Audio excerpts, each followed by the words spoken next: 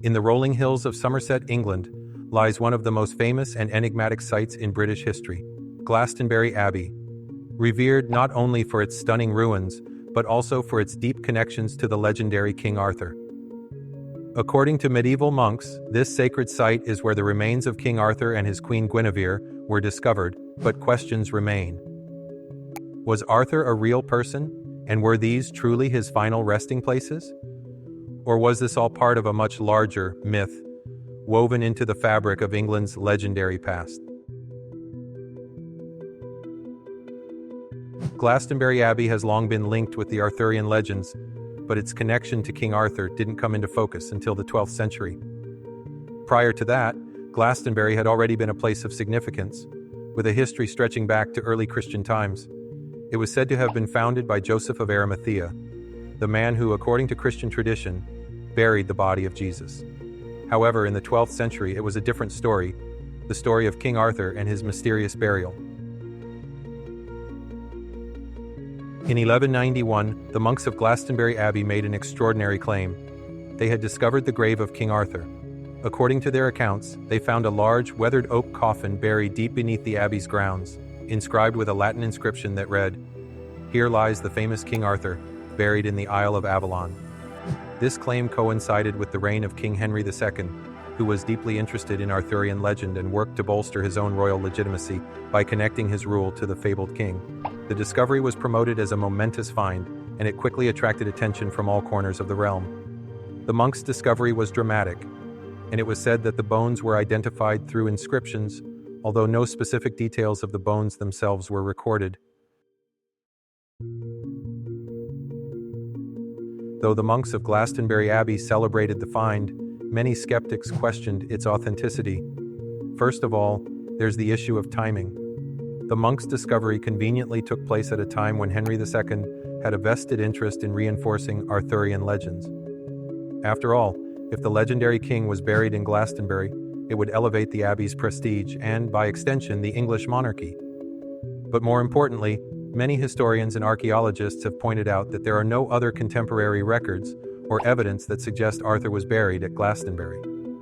In fact, some believe that the story of Arthur's grave was fabricated, or at the very least embellished by the monks to attract pilgrims and donations.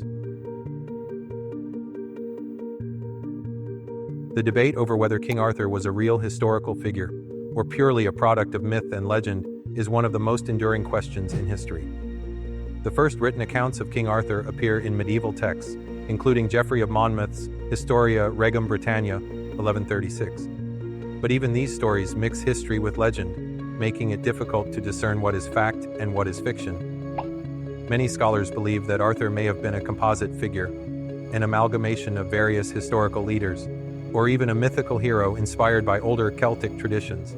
Some even argue that he could have been a real warrior who led battles against invading Saxons in the 5th or 6th century, though there's little direct evidence to support these theories. Another layer of mystery comes from the idea of Avalon, the mythical island where Arthur was said to be buried. Avalon is a place that exists more in legend than in historical fact, yet it has captivated the imagination for centuries. Some believe Avalon was a real place, a secluded, mystical island where Arthur and his knights went after his supposed death. Others view it as a metaphorical or spiritual concept tied to Arthur's journey from life to death and rebirth. The notion of Avalon ties into the broader symbolism of Arthurian legend, the idea of a utopian world lost in time, a world where magic and spirituality reign supreme. Glastonbury Abbey itself, with its association with the Holy Grail and its Celtic Christian roots, fit into this mythological framework, making it an ideal location for the legendary burial. The supposed grave of King Arthur at Glastonbury Abbey was left undisturbed for centuries, but the monks' claim was never definitively proven, and as time went on, it became more intertwined with myth than fact. The grave was later reopened and re-examined, but no definitive archaeological evidence has ever conclusively linked the remains to a real king, much less to the legendary Arthur. The tomb itself was rediscovered and dismantled over the years. In the 17th century, during the English Civil War, much of Glastonbury Abbey was destroyed, including what was believed to be the site of Arthur's grave. Today, visitors can still see the ruins of the abbey, but the bones, if they ever existed, are long gone. Despite this, the legend of King Arthur and his burial at Glastonbury continues to thrive. Writers, filmmakers, and historians continue to explore the story, and the idea of a real-life King Arthur buried at Glastonbury remains a tantalizing possibility for those fascinated by the intersection of history and legend. So, was King Arthur truly buried at Glastonbury Abbey? Was he a historical figure, a myth, or something in between? The mystery remains unsolved, but that hasn't stopped the legend from continuing to captivate us. Whether or not you believe the story of Arthur's grave, Glastonbury Abbey stands as a testament to the power of myth and the enduring allure of one of history's greatest legends. The search for truth behind the burial of King Arthur may never come to a definitive end, but in the end, isn't it the mystery that keeps the legend alive? Let me know your thoughts in the comments, and don't forget to subscribe for more timeless tales.